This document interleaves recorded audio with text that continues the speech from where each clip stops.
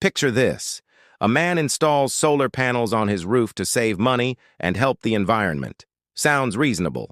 But what happens when the president of his HOA decides that clean energy is somehow ruining her view of aesthetic perfection? What follows is a calculated campaign of harassment, fraudulent fines, and midnight vandalism that would make anyone question whether homeowners' associations are neighborhoods or dictatorships. Before we dive into this absolutely wild story, where are you watching from? Please feel free to leave a comment below, because you are about to witness one of the most infuriating, satisfying, and downright shocking HOA battles ever recorded. This isn't just about solar panels. This is about what happens when someone drunk on a tiny bit of power decides to weaponize bureaucracy against someone trying to do the right thing. By the end of this story, you'll see how one woman's obsession with control led to her spectacular downfall, a massive lawsuit, and a community awakening that changed everything. Solar panels were just the beginning. The real story? It's about greed, lies, forged documents, and a revenge so perfect it could only be described as poetic justice.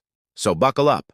This is the story of Marcus Chen and HOA President Patricia Whitmore, and trust me when I say, you won't believe where this goes. Marcus Chen had done everything right. After 15 years as an environmental engineer, he'd finally saved enough to buy his dream home in Meadowbrook Estates, a planned community in suburban Phoenix, Arizona. The neighborhood was beautiful, with its manicured lawns, desert landscaping, and rows of Spanish-style homes painted in approved shades of beige and cream. It was the kind of place where property values stayed high and neighbors waved politely as they retrieved their morning newspapers. Marcus wasn't just any homeowner. He was deeply committed to sustainability. His entire career had been built around renewable energy solutions for commercial buildings. So when he purchased his home in 2019, one of his first thoughts was to install solar panels. In Arizona, where the sun blazed mercilessly for over 300 days a year, it seemed like a no-brainer.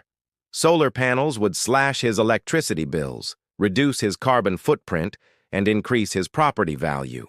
Plus, Arizona had some of the most solar-friendly laws in the country. What Marcus didn't fully appreciate at the time was the power structure within Meadowbrook Estates. The Homeowners Association was run with an iron fist by Patricia Whitmore, a 62-year-old retired real estate agent who had lived in the community since it was first developed 12 years earlier. Patricia wasn't just the HOA president. She was the HOA. She attended every meeting, personally reviewed every architectural modification request, and had a reputation for knowing every single rule in the association's 47-page covenant document. Some residents found Patricia's dedication admirable. Others whispered that she had too much time on her hands and too much invested in maintaining control. Her own home was immaculate, a corner lot with a fountain, imported Italian tiles on the driveway, and a garden that looked like it belonged in a lifestyle magazine. Patricia took pride in Meadowbrook Estates, but that pride had long ago crossed the line into obsession. The community itself had about 230 homes, most occupied by young families, retirees, and working professionals like Marcus. The HOA dues were reasonable at $150 per month, which covered landscaping of common areas, a small community pool, and the endless administrative tasks that Patricia seemed to relish. Most homeowners paid their dues, followed the rules about trash can placement and lawn maintenance, and lived their lives without incident. But there were stories, whispered conversations at the community pool about Patricia's favorites and her targets. One family had been fined repeatedly for having a vegetable garden that was supposedly visible from the street, even though it was clearly in their backyard. Another homeowner had been harassed for months over the shade of tan they'd painted their garage door, despite having it approved in writing beforehand. The pattern was always the same. Patricia would fixate on something, find or create a violation, and then pursue it relentlessly until the homeowner either complied or moved away. Marcus had heard these stories during his home inspection process, but he'd dismissed them as neighborhood gossip. Every HOA had its quirks and its difficult personalities, right? Besides, his plans were completely legitimate. Solar panels were specifically protected under Arizona state law, which prevented HOAs from prohibiting them outright. He'd done his research. He knew his rights. In March 2020, just as the pandemic was beginning to reshape daily life, Marcus submitted his architectural modification request to install solar panels on his south-facing roof.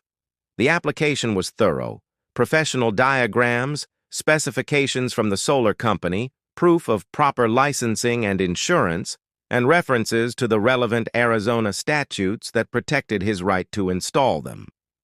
The panels would be sleek, black, and low profile. They wouldn't extend above his roofline. They would be virtually invisible from the street. Here's where you might be thinking, surely the HOA approved this reasonable request. Would you believe that this is where everything started to go horribly wrong?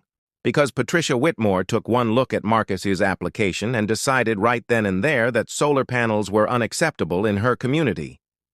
The first rejection letter arrived 6 weeks later.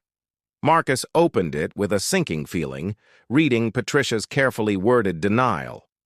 The reason given was aesthetic concerns and maintaining property value consistency throughout the community.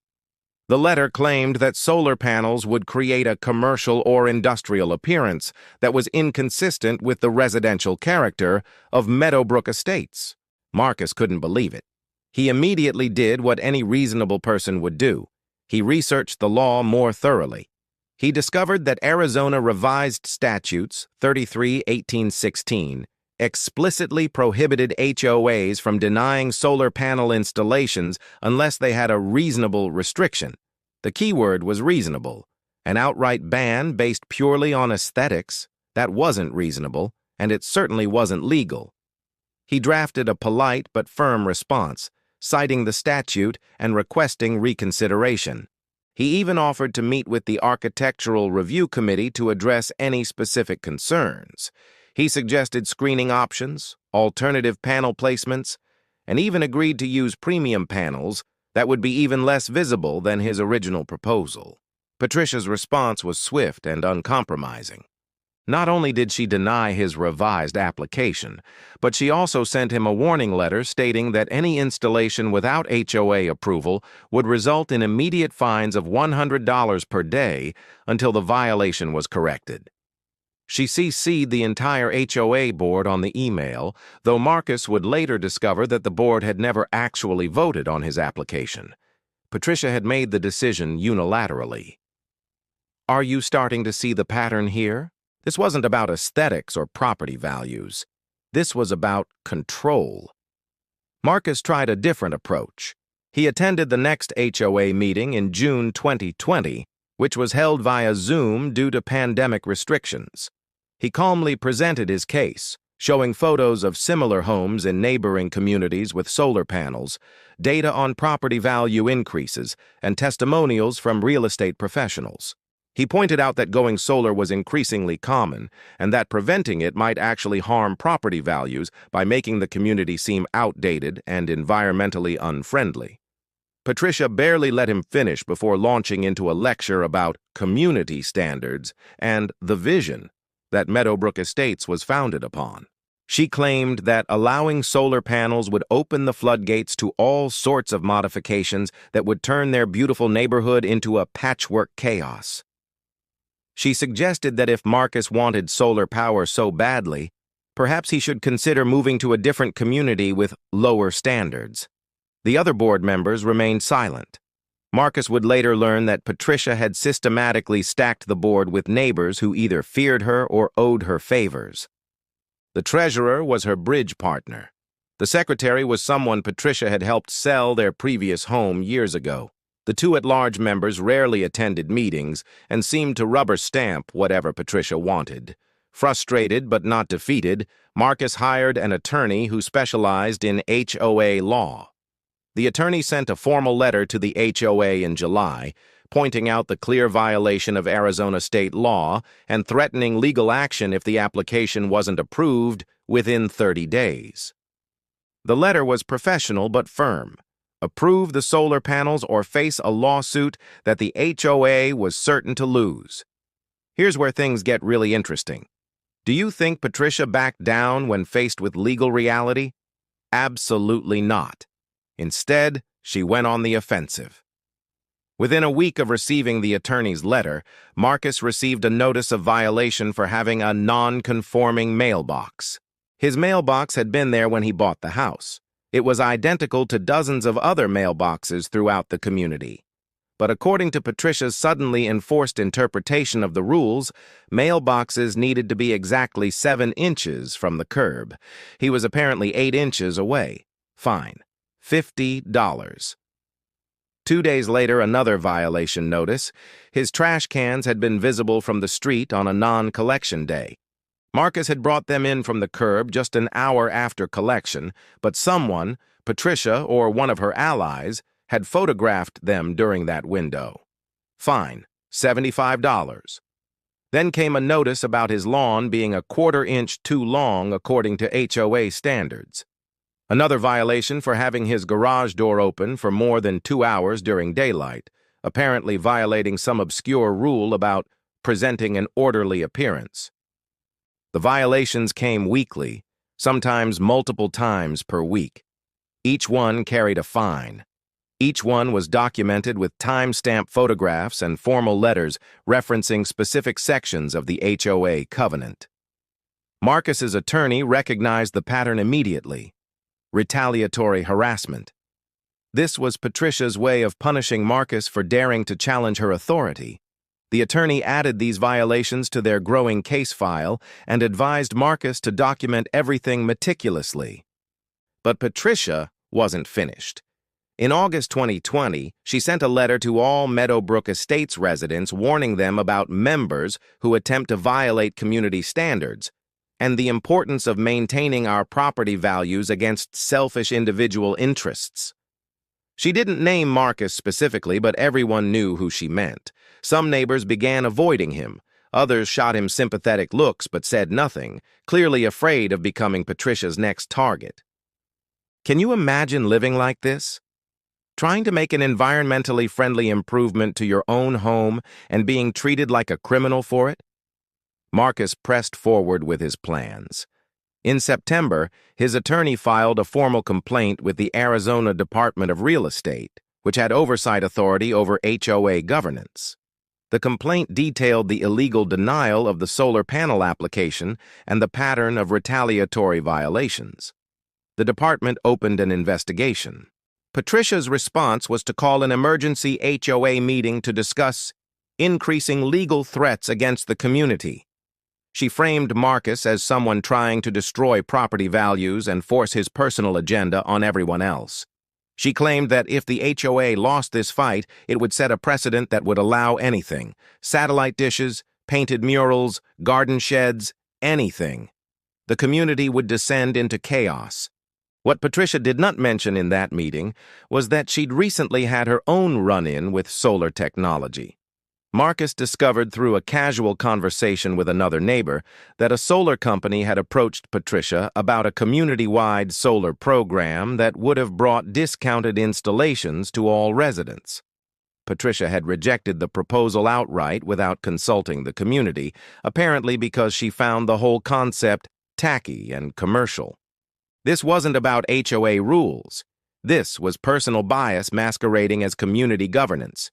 By October 2020, Marcus had spent thousands of dollars in legal fees and received over $1,500 in bogus fines that he refused to pay. The stress was affecting his work and his health. His wife, Jennifer, was worried about the toll this was taking, but Marcus had made a decision. He wasn't going to let someone like Patricia Whitmore bully him out of his legal rights or his home.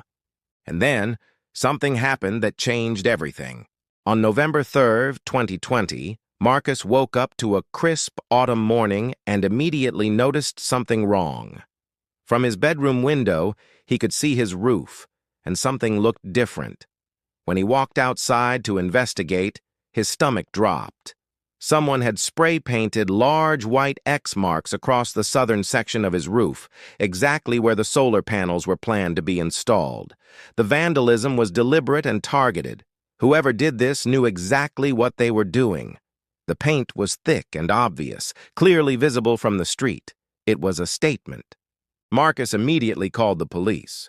While waiting for officers to arrive, he photographed everything from multiple angles and checked his home security cameras. He'd installed a basic system a few months earlier, partly because of the escalating HOA tensions. The camera aimed at his driveway and front yard had captured something, but not enough. At approximately 2:30 in the morning, a figure in dark clothing and a hood had walked purposefully to his home, spent about 10 minutes on his roof, and left. The footage was grainy, and the person's face was never visible. The police took a report but were honest with Marcus.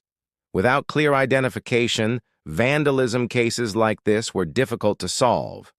They noted the ongoing HOA dispute and suggested it might be relevant. They collected what evidence they could and told Marcus to contact his insurance company. Here's where Marcus made a brilliant decision. Instead of immediately cleaning the graffiti, he left it up and scheduled an emergency meeting with his attorney. Together, they crafted a strategy that would flip this entire situation. First, Marcus sent a formal letter to the HOA board, including Patricia, informing them of the vandalism and noting that it occurred amid the ongoing dispute over his solar panel application. He stated clearly that he was not accusing anyone specifically, but wanted to document the incident with the HOA officially. He requested that the HOA send a notice to all residents, asking anyone with information to come forward. Patricia's response was shockingly cold. She sent a brief email stating that vandalism was a private matter between homeowners and law enforcement, and that the HOA had no responsibility or involvement. She added that Marcus should address the eyesore on his roof, as it was now violating community appearance standards. The audacity was breathtaking. His roof had been vandalized, possibly by someone connected to the HOA dispute, and she was threatening to fine him for it. But Marcus was ready. His attorney filed an expanded lawsuit in late November, not just over the solar panel denial, but now including harassment, retaliation, and failure to maintain a safe community environment. The lawsuit named both the HOA and Patricia Whitmore personally, alleging that her pattern of behavior had created a hostile environment that likely contributed to the vandalism. The lawsuit was a bombshell. Local news picked up the story, framing it as HOA president versus solar energy. The coverage was not flattering to Patricia or Meadowbrook Estates. Reporters interviewed solar industry experts who confirmed that Arizona law clearly protected homeowners' rights to install solar panels. They interviewed legal experts who described the retaliatory fines as textbook HOA abuse. Patricia tried to spin the narrative, giving an interview where she portrayed herself as a defender of property values and community standards. But she made a critical mistake during that interview. When asked specifically about the vandalism, she said something revealing. "I'm not saying I condone what happened, but when someone keeps pushing and refusing to respect community decisions, eventually there are consequences." Those words, "eventually there are consequences," would come back to haunt her. The other HOA board members began to panic. They'd remained silent and complicit while Patricia steamrolled over proper procedure, but now they were personally named in a lawsuit that was attracting media attention. One by one, they started quietly distancing themselves from Patricia. The treasurer resigned, citing health concerns. One of the at-large members went public, saying he'd felt pressured by Patricia and had never actually opposed Marcus's solar panels. In December, during a deposition, something extraordinary happened. Marcus's attorney presented Patricia with the timeline of fines and violations Marcus had received. When pressed to explain how these violations had been detected, given that they were often minor and temporary infractions, Patricia made a telling statement. She said she made regular patrols of the community to ensure compliance with standards. The attorney asked how often she conducted these patrols. Patricia answered that she drove through the community at least once a day, sometimes more, to check on things. She kept detailed notes and photographs. When asked if she conducted similar patrols for other residents or only for specific individuals, Patricia became defensive. She insisted she treated everyone equally, but when pressed to provide examples of similar violation campaigns against other residents, she couldn't produce any. The attorney then presented something devastating: time-stamped data from Patricia's own violation notices to Marcus. The violations had been documented at unusual hours, including early mornings and late evenings. Some of the photographs were taken from angles that suggested Patricia had walked onto Marcus' property to get better views. One particular photo of Marcus's trash cans had been taken at 6:45 a.m. on a Sunday morning. This wasn't enforcement. This was surveillance. This was an obsession. But the real bombshell came in January 2021, when Marcus's attorney received an unexpected email from a former HOA board member who had moved out of state. This person, feeling guilty about the situation, revealed something shocking. Patricia had falsified the vote on Marcus's solar panel application. The Architectural Review Committee had never actually met to discuss it. Patricia had written "denied" and created the rejection letter on her own. The committee members had never even seen the full application before it was rejected. This revelation was huge. It meant Patricia had been operating outside her authority all along. The denial of the solar panels wasn't just wrong, it was fraudulent. Marcus's attorney immediately filed an amended complaint, adding fraud and breach of fiduciary duty to the charges. The HOA's insurance company, which was covering the legal defense, conducted its own investigation. What they found was damning. Patricia had been making unilateral decisions and forging board approval for years. The mailbox fines, the lawn violations, and even some of the community maintenance contracts had never been properly voted on by the board. Patricia had been running Meadowbrook Estates like her personal kingdom, and the board had been too intimidated or too indifferent to stop her. In February 2021, the insurance company did something unprecedented. They refused to continue defending Patricia personally and recommended that the HOA settle with Marcus immediately. They sent a letter to all board members stating that Patricia's actions had been outside the scope of her authority and that continuing to support her position would jeopardize coverage for the entire association. The remaining board members finally found their spines. In an emergency meeting held without Patricia's knowledge, they voted unanimously to immediately approve Marcus's solar panel application, rescind all fines against him, and ask for Patricia's resignation. Patricia refused to resign, so the board did something they should have done years ago. They called for a special election to remove her.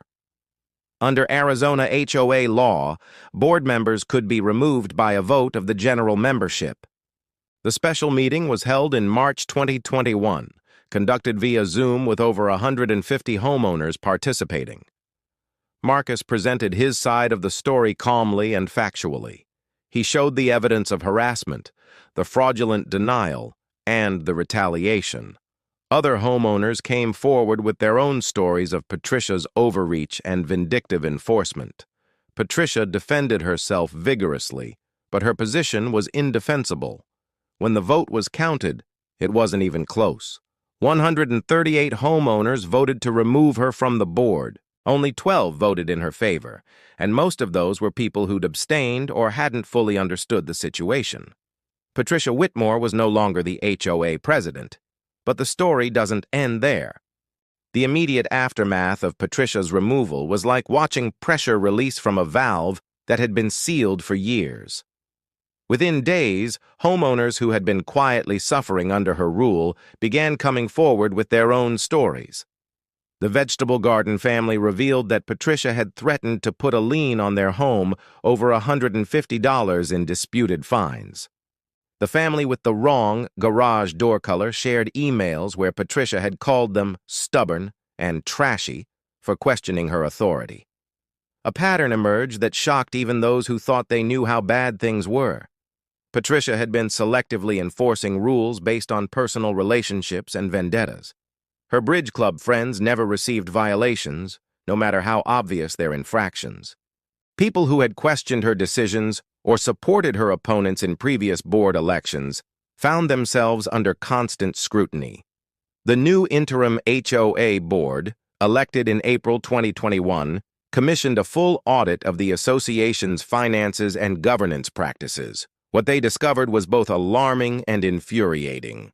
Patricia had been spending HOA funds without proper authorization on things like premium office supplies, expensive software subscriptions for community management that no one else could access, and even personal purchases that she'd categorized as HOA expenses. The total misappropriation wasn't enormous, around $3,500 over 3 years, but it represented a betrayal of trust that went beyond just Marcus's solar panel dispute. Patricia had been treating the HOA as her personal fiefdom, complete with her own discretionary budget funded by everyone else's dues. But here's where the story takes an unexpected turn that shows just how far Patricia's obsession had gone. During the audit, the board discovered something in Patricia's HOA email archives that she'd apparently forgotten to delete. It was a draft email, never sent, addressed to several other board members. The email was dated just 2 days before Marcus's roof was vandalized. In the email, Patricia vented her frustration about Marcus's refusal to back down and the legal pressure mounting from his attorney. She wrote, "Someone needs to show him that his actions have consequences. If he won't listen to reason, maybe he needs to understand what it feels like to have his precious solar dreams literally marked for everyone to see." Now think about that for a moment. Here was HOA President Patricia Whitmore, in her own words, suggesting that Marcus needed to face consequences for exercising his legal rights. And just 48 hours later, someone had vandalized his roof in exactly the manner she'd described, marking his solar dreams for everyone to see. Marcus's attorney immediately provided this email to the police investigation, which was still technically open. While the email wasn't a confession of direct involvement, it established clear intent and foreknowledge. The police reopened their investigation with renewed focus, but building a criminal case would prove difficult without more direct evidence. However, the civil case was now ironclad. In May 2021, the HOA settled with Marcus for $75,000, which included compensation for his legal fees, the harassment he'd endured, the vandalism damage, and punitive damages for the fraudulent denial of his application. The settlement also included a formal written apology from the HOA and a guarantee that his solar panel installation would not only be approved, but also actively supported. Patricia was personally liable for a portion of the settlement because she'd acted outside her authority, and the insurance company refused to cover costs associated with fraudulent actions. She was also required to pay restitution for the misappropriated HOA funds. But the financial consequences were just the beginning. Patricia's reputation in the community was destroyed. Neighbors who had once respected her organizational skills and attention to detail now saw her as a cautionary tale of what happens when someone with control issues is given even a small amount of power over others. Marcus finally installed his solar panels in June 2021, over a year after his initial application. The installation was beautiful, sleek black panels that were indeed barely visible from the street, exactly as he'd promised. His first electricity bill after the system went live showed an 87% reduction in his charges. Within 3 years, the system would pay for itself in energy savings, even accounting for the legal fees he'd incurred fighting for the right to install it. But something remarkable happened after Marcus's panels went up. Other homeowners started applying for solar installations, too. The new HOA board, having learned a harsh lesson about arbitrary denial of rights, streamlined the approval process and created clear, reasonable guidelines based on state law. By the end of 2021, 15 homes in Meadowbrook Estates had solar panels. By 2023, that number had grown to 47. The community became known as one of the most solar-friendly planned neighborhoods in the Phoenix area. Property values, which Patricia had claimed to be protecting, actually increased. Potential buyers saw the community's commitment to sustainability as a positive feature. The HOA even negotiated a group discount with Marcus's solar company, saving residents thousands of dollars on installations. As for Patricia, she never acknowledged wrongdoing publicly. She sold her home in Meadowbrook Estates in late 2021 and moved to a different part of the Phoenix metro area. Some neighbors reported seeing her at public meetings for her new HOA, apparently unable to resist the lure of community governance. One can only hope she learned something from the spectacular collapse of her petty empire. The Meadowbrook Estates HOA underwent a complete cultural transformation. The new board implemented term limits to prevent any one person from accumulating too much power. They created a transparent online portal where all HOA decisions, meeting minutes, and financial records were publicly accessible to residents. They established an independent appeals process for any fines or denials, ensuring that no single board member could act unilaterally. Most importantly, they rewrote significant portions of the community covenant to bring it in line with Arizona state law and remove vague language that had allowed for selective enforcement. The new covenant explicitly protected residents' rights to solar installations, satellite dishes, and other features specifically protected by state statute. Marcus became something of a reluctant hero in the HOA reform community. His story was featured in several publications focused on property rights and HOA abuse. He was invited to speak at a state legislative committee hearing on HOA oversight, where he advocated for stronger protections for homeowners and better mechanisms to prevent board member abuse.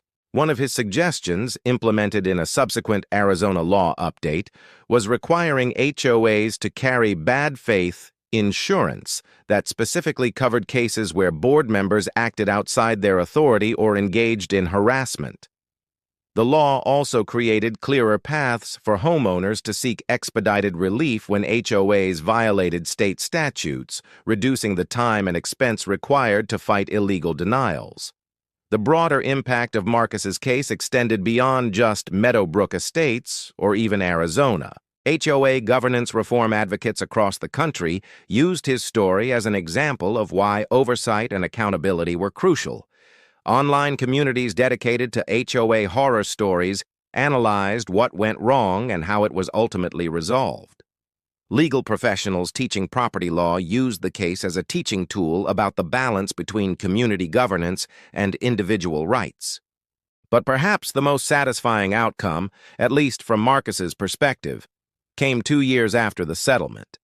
In 2023, Arizona was experiencing an intense heat wave with record-breaking temperatures. The electrical grid was strained, and utility companies were asking customers to reduce usage during peak hours. Marcus's solar system was producing more energy than his home needed, and the excess was being fed back into the grid, helping to reduce strain on the system. Meanwhile, many of his neighbors who hadn't yet installed solar were struggling with electricity bills that had doubled or tripled during the heat wave. Marcus didn't gloat or say, "I told you so." Instead, he organized a community information session about solar energy, inviting his installer to explain the technology, the incentives, and the benefits. Dozens of homeowners attended and asked questions. Many walked away, convinced that solar was the right choice for them. That information session led to the largest single wave of solar installations in Meadowbrook Estates history. By the summer of 2024, over 100 homes had solar panels. The community had transformed from a place where one person's irrational prejudice against solar technology had ruled to a showcase of sustainable residential energy use. Marcus reflected on the entire ordeal during an interview for a local sustainable living podcast. He talked about the stress, the expense, and the moments when he'd questioned whether it was worth fighting. He admitted there were times when moving seemed like the easier option, but he also talked about the principle at stake, the idea that homeowners should have control over their own properties within reasonable bounds, and that no one person should be able to wield power arbitrarily over others. The solar panels were never really the point, Marcus said during that interview. They were the catalyst, but the real issue was about accountability and fairness. Patricia could have worked with me, We could have found a compromise that addressed any legitimate concerns. Instead, she chose to abuse her position, and that abuse only ended when people finally stood up and said, "Enough." I'm proud of the community we've become, but I wish we hadn't had to go through all that to get here. The interviewer asked Marcus what advice he would give to someone facing a similar situation with their HOA. His response was thoughtful. Document everything. Know your rights and know the law. Don't back down just because someone with a title tells you no, especially when you know you're in the right. But also, try to find allies in your community. I couldn't have won this alone. It took other homeowners finally speaking up about their experiences to create the momentum for change. And most importantly, don't let anger or revenge become your motivation. I wanted my solar panels and I wanted to be treated fairly. That's a principle worth fighting for. Getting back at Patricia was never the goal. Holding her accountable was. As for the vandalism on Marcus's roof, the criminal investigation eventually went cold. No charges were ever filed, though many in the community had their suspicions. The insurance claim covered the damage, and Marcus had the paint removed professionally before the panels were installed. He chose not to dwell on who might have been responsible, focusing instead on moving forward. But there was a footnote to that incident that emerged years later. In 2024, during a conversation at a community event, a neighbor who lived 2 houses down from Patricia's old house mentioned something interesting. She'd had insomnia back in late 2020 and had been awake very late one particular night. She remembered seeing Patricia's car pull out of her driveway around 2 in the morning, which struck her as odd.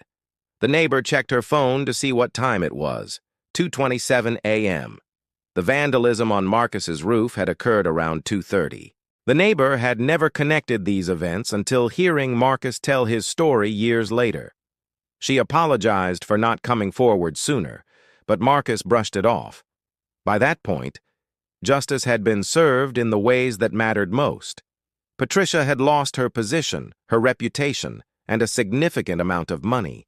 The community had been reformed. The principles had been established. Whether Patricia had personally spray-painted his roof or merely inspired someone else to do it had become almost irrelevant. The true measure of Marcus's victory wasn't in Patricia's downfall. It was in the transformation of Meadowbrook Estates from a community ruled by petty tyranny into one guided by transparency, fairness, and respect for individual rights within a framework of reasonable community standards.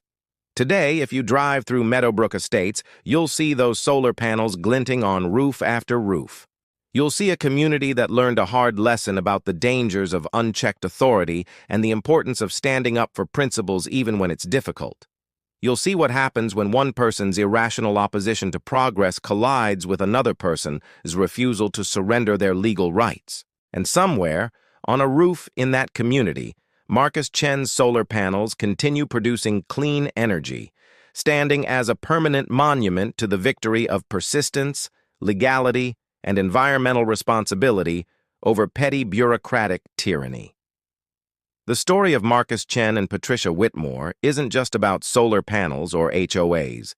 It's about power, accountability, and what happens when ordinary people decide they've had enough of being pushed around by those who mistake authority for ownership. It's about the difference between leadership and control, between community standards and personal prejudices. So here's the question this story leaves us with. How many other HOAs across the country are run by someone like Patricia Whitmore right now? How many homeowners are being harassed, fined, or denied their legal rights by board members who face no accountability? And what would happen if more people followed Marcus's example and decided to fight back against abuse, even when it's wrapped in the official language of community covenants and architectural standards? The answer might surprise you. Because Marcus's case wasn't unique, it was just unusually well documented. Every day, homeowners across America deal with overreaching HOAs, board members drunk on tiny amounts of power, and rules enforced not for the community's benefit, but for the satisfaction of controlling others. But every day, Some of those homeowners decide they've had enough. They hire attorneys, file lawsuits, organize fellow residents, and fight for reform. Sometimes they win, sometimes they lose, but each case adds to a growing body of law and precedent that slowly but surely tilts the scales back toward fairness. Marcus Chen installed solar panels on his roof. That simple act of environmental responsibility triggered a chain of events that exposed corruption, reformed a community, and inspired a movement toward greater HOA accountability. Not bad for someone who just wanted to reduce his electricity bill and help save the planet. The next time you see solar panels on a roof in a planned community, remember that they might represent more than just clean energy. They might represent someone's hard-fought victory over a system designed to deny them their rights. They represent the exact moment when a community decided that enough was enough and that no one person should have the power to say no to progress based purely on personal prejudice. Patricia Whitmore tried to stop the sun from powering Marcus Chen's home. In the end, she only succeeded in illuminating the darkness of unchecked HOA authority, and that light, like the Arizona sun itself, was far too bright to be blocked by one person's petty tyranny. So what do you think? Have you ever dealt with an HOA nightmare? Do you think Patricia got what she deserved, or should there have been criminal charges for the vandalism? Please drop a comment below and let's discuss. And if this story resonated with you, hit that like button and subscribe, because there are plenty more HOA horror stories where this came from.